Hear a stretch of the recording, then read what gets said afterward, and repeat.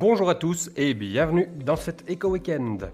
Dépit d'une semaine maussade, les indices actions clôturent un excellent mois d'avril en termes de performance. Les craintes inflationnistes réapparaissent et les excellents résultats bénéficiaires ne font malheureusement que confirmer des valorisations qui étaient déjà élevées. Alors, cette semaine, il y a eu pléthore de statistiques économiques et elles expliquent la différence entre les marchés européens et américains.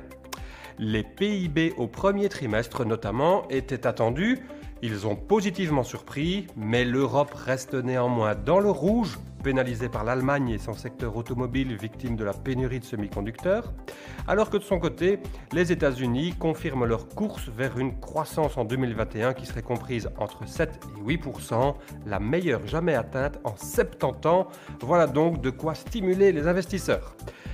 La confiance des consommateurs évolue également toujours à la hausse, notamment tirée aux États-Unis par cette explosion des revenus des ménages qu'on voit dans le tableau des données économiques de la semaine.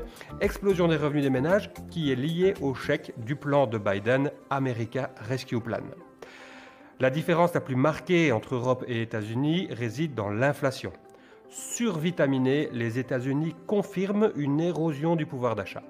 La Fed, qui tenait sa réunion de comité monétaire cette semaine, a confirmé son soutien à l'économie en vue d'atteindre le plein emploi.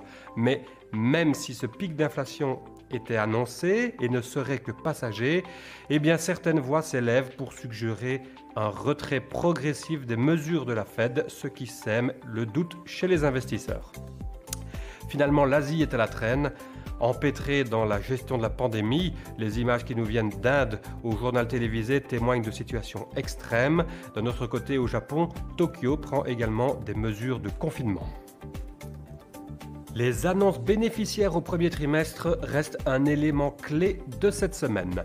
Nous connaissons à présent les résultats de plus de 300 sociétés du S&P 500, dont 87% ont annoncé des profits plus élevés qu'attendus. Ceux-ci sont en moyenne 23% au-delà des estimations. Je vous laisse découvrir le détail par secteur dans l'infographie de Bloomberg qui apparaît à l'écran. Malheureusement, comme je le disais en introduction, ces résultats semblent insuffisants pour entraîner les cours à la hausse. Ceux-ci intégraient visiblement déjà de belles surprises que ces annonces bénéficiaires ne font que confirmer. En Chine, les autorités de régulation visent à nouveau les gros acteurs de l'Internet et principalement pour leurs activités financières cette fois.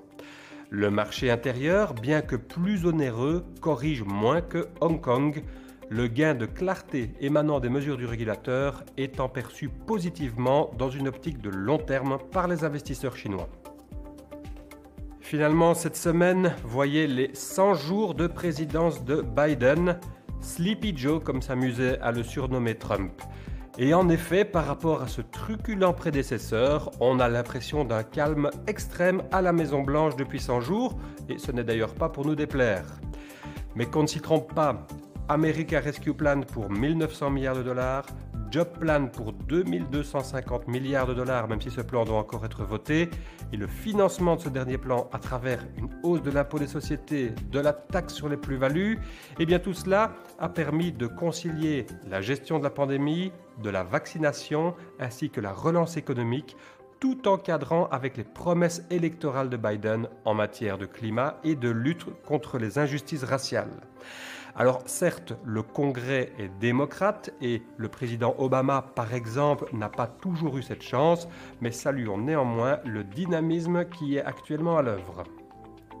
J'espère que vous avez apprécié ce podcast. N'hésitez pas à vous abonner à la chaîne Nagelmakers et à y laisser vos commentaires. Quant à moi, je vous donne rendez-vous le week-end prochain pour un nouvel épisode. Belle semaine à tous et excellent week-end.